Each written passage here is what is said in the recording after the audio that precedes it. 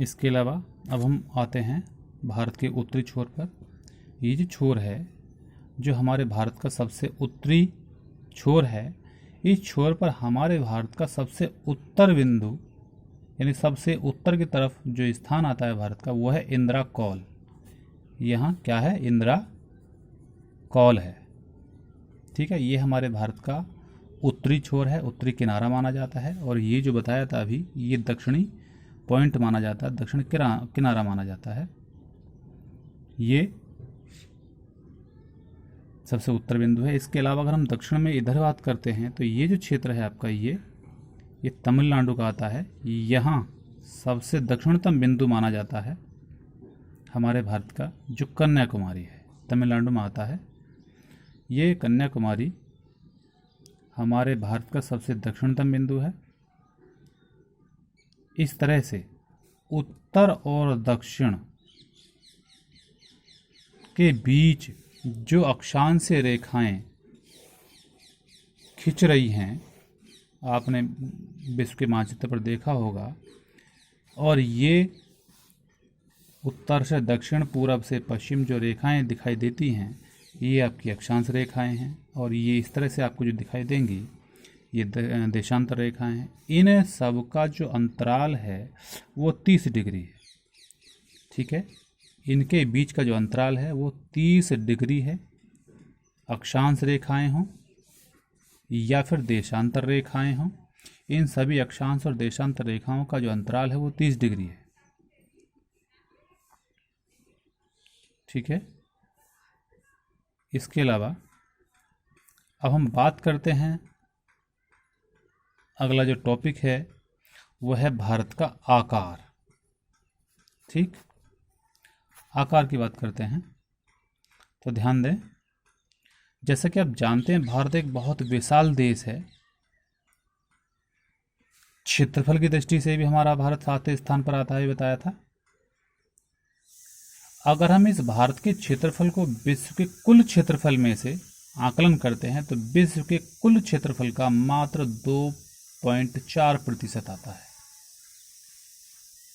विश्व के कुल क्षेत्रफल में से हमारे भारत का जो क्षेत्रफल है कितना बच्चों? 2.4%, यानी 2.5% से भी कम। लेकिन सोचने और समझने की बात यह है कि इस 2.4% क्षेत्रफल में विश्व की 17% से भी अधिक आबादी निवास करती है।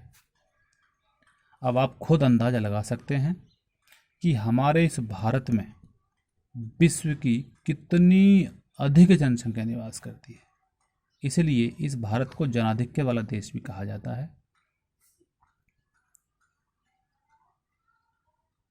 ये जो हमारा भारत है, इस भारत की जो स्थलीय रेखा है, देखिए 2 तरह की है। एक तो स्थलीय और दूसरी है तटीय, जिसे हम जलीय भी कह देते हैं। ठीक है, तो जो स्थलीय रेखा है हमारे भारत की, ये सारा जो क्षेत्र है, ये सारा जो क्षेत्र आता है, ठीक है, ये सारा क्षेत्र स्थलीय में आता है।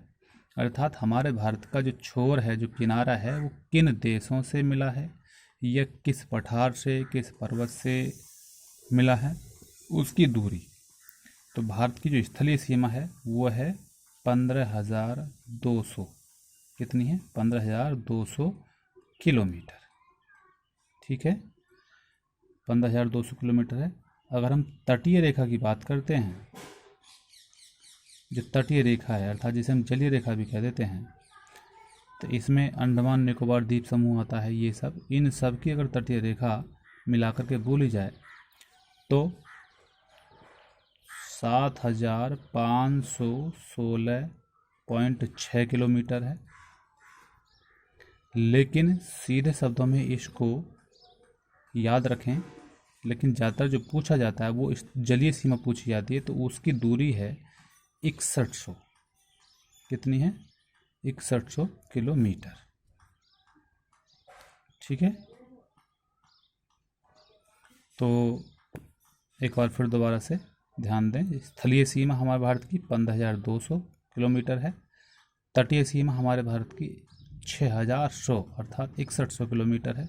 लेकिन अंडमान निकोबार द्वीप समूह ये जो है ना सारा क्षेत्र, इनकी अगर तटीय सीमा को जोड़ दिया जाए तो 7516.6 किलोमीटर इसकी तटीय रेखा है। लेकिन इसके बारे में कम पूछा जाता है, इसके बारे में ज़्यादातर पूछा जाता है। ठीक है, तो आज 3 चीज़ें आपको बताई हैं। प्रस्तावना,